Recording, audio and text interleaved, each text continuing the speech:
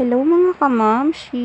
Ito nga at for today's video is nagme-makeup ako ng aking baby, si Ate Gwen, for her graduation pictorial. Ayan, basic makeup tutorial lang dyan, char. Ayan, noona ay nilagyan ko siya ng powder para kumapit at hindi magpawis. Ayan, then kilay-kilay. Kilay is life. And then next natin yung concealer para luminis yung kilay niya mga mamshi. Ayan, kapal. Ayan, kumapal lang yung pahid natin dyan. Ayan, black yung nilagay ko para natural lang. Then eyeshadow kasi gusto niya yung medyo may shiny shimmering, yung may pa-glitters na pink. Ganun, yun ang gusto niya. And then ayan. Then, medyo maarte yan si Gwentot. Kailangan masusunod yung gusto niyang kulay. Ayan nga, kasunod nilagyan natin to ng mascara. Ayan, dyan sa kanyang eyelash, for her eyelashes. Ayan, di ba sanay na sanay si ate mo, girl? And then, ayan. Foundation na liquid foundation na same ng skin tone niya. Yan. Lang, light beige lang. Ganun.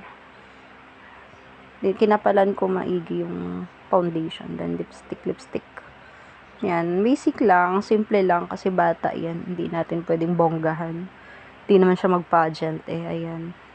Simple lang yung kanyang yung kanyang makeup dyan, mga mamshi. Pang graduation lang talagang pictorial. And then, yan na yung kanyang yung kanyang pictorial shoot. Ang hirap pumesto dito sa bintana, kaya ganyan lang muna yung sitwasyon natin dyan. Kinunan ko lang para mapapanood niyo to pag lumaki na siya, ganun.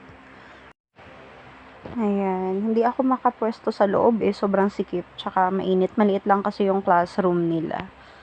So, ayan, kaya dito muna tayo tambay sa bintana. And then, ito, sa labas naman, ng eksena. Ganyan talaga. Ayan, at least ka-graduate na siya ng kinder. Ayan, sa kindergarten. Ayan, kinakamot niya na yung kanyang makeup kasi sobrang init. Naiirita na siya, hindi na siya natutuwa dyan. Na-fade na rin yung lipstick niya dyan. Diyos ko. Gusto niya na ng ice cream. Ayan, kailangan ko pa siyang i-convince na makakapagpa-picture matapos na yung groupings nila dyan. Kaya kailangan ko siyang utu-utuin dyan. Kahit tinutupak na yan. Ayan, di na siya masaya dyan sa part na yan. Ito yung kapatid niya, chismosa. Ayan. Ayan, groupings na. It's time na to take picture na ng kanilang group pictures. Yan siya. Na-fade na yung lipstick niya. Hindi ako nakapagdala ng extra. And yun lang for today's video.